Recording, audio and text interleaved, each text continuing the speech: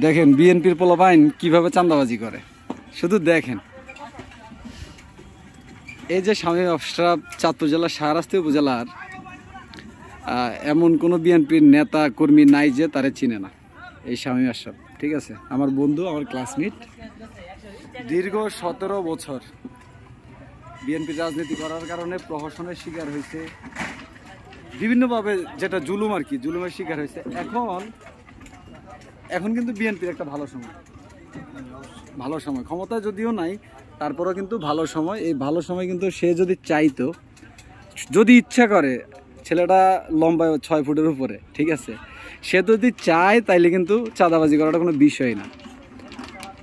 অথচ হালাল রিজিকের জন্য দেখেন উত্তরা দিয়াবাড়িতে একটি টি স্টল দিয়েছে, নামটা জানো কি?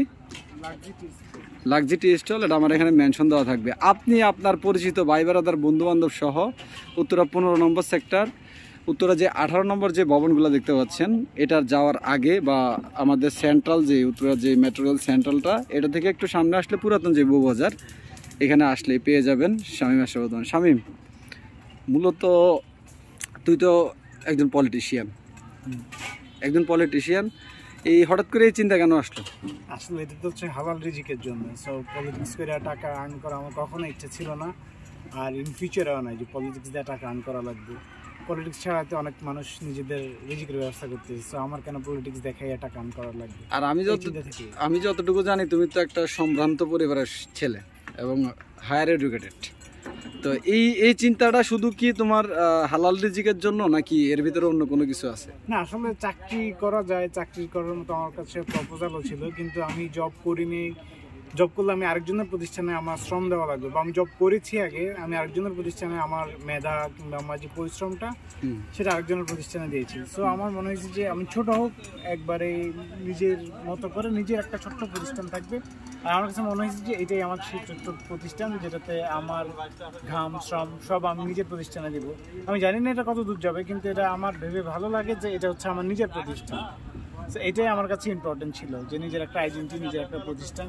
কার কাছে কিরকম লাগবে সেটা আমার কাছে ইম্পর্টেন্ট ছিল না, আমার কাছে মনে হয়েছে যে একটা জিনিস আপনারা মাথায় রাখবেন, শামীম আশরাফ তিতুমিরের সাবেক ছাত্র তো এখন তো নাই, পড়াশোনা শেষ না, পড়াশোনা শেষ, তিতুমিরের একজন ছাত্র, গ্র্যাজুয়েশন কমপ্লিট করা, সম্ভ্রান্ত পরিবারের একজন সন্তান। আপনারা তো আমার যারা ভিডিও দেখেন ম্যাক্সিমাম শাহরাস্তি হাজীগঞ্জের লোক, আপনারা এবারে ভালো মতোই চিনেন, নতুন করে কিছু বলার নাই।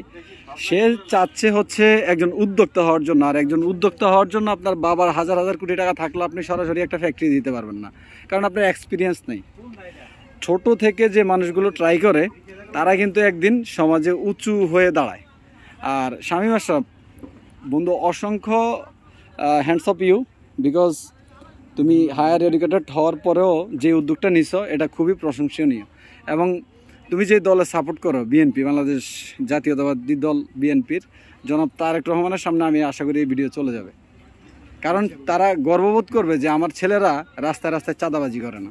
এই ছাত্রদল নিয়ে যে অপপ্রচার, এটা আসলে মানে ভীষণ অন্য একটা অপপ্রচার, যে আমাদের ম্যাক্সিমাম ছেলেরাই নিজেদের জন্য নিজেরাই করে, কেউ টিউশন করে, কেউ জব করে, কেউ আমাদের ছোটখাটো বিজনেস করে, কিন্তু চাঁদাবাজির যে একটা অপপ্রচার, এটা আমাদের ভাতৃপ্রতিম একটা সংগঠন আমাদের বিরুদ্ধে অপপ্রচার করে, এটা মিডিয়া ট্রায়াল খারাপ করে, আমাদের নাম খারাপ করার জন্য সাধারণ ছাত্রছাত্রী, সাধারণ জনগণের কাছে এটা খুবই দুঃখজনক একটা বিষয়। আর তোমার এই কাজটা যারা ইন ফিউচার রাজনীতি করবে, যারা আসতেছে রাজনীতিতে, তাদের জন্য একটা শিক্ষা, যে তুমি তোমার কর্ম ঠিক রাখো, তুমি তোমার কর্মকে সম্মান করো, আর তুমি যেই দলের যে সাপোর্টে লালন করো না কেন, সেটাকে তুমি সেখানে ফ্রেশ রাখার চেষ্টা করবে, কারণ ওইখান থেকে তুমি বেনিফিট কখনো আশা করবে না। ভালোবেসে দল করবা, দেশের জন্য, জনগণের জন্য, ঠিক কিনা? না, এটা তো অবশ্যই, মানে দল করে আর্ন করা লাগবে বা দল আমার পেশা হবে, বিষয়টা মোটেই এটা কাম্য না।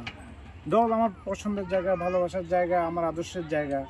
দেশের জন্য কারো পারলে আমি উপকার করবো, না পারলে ক্ষতি করবো না, সেটা ভিন্ন বিষয়। কিন্তু দল দেখে টাকা আর্ন করা লাগবে, চাঁদাবাজি, টেন্ডারবাজি কিংবা অন্য কোনোভাবে ধান্দা, এগুলা তো একজন রাজনৈতিক কর্মীর কাজ না।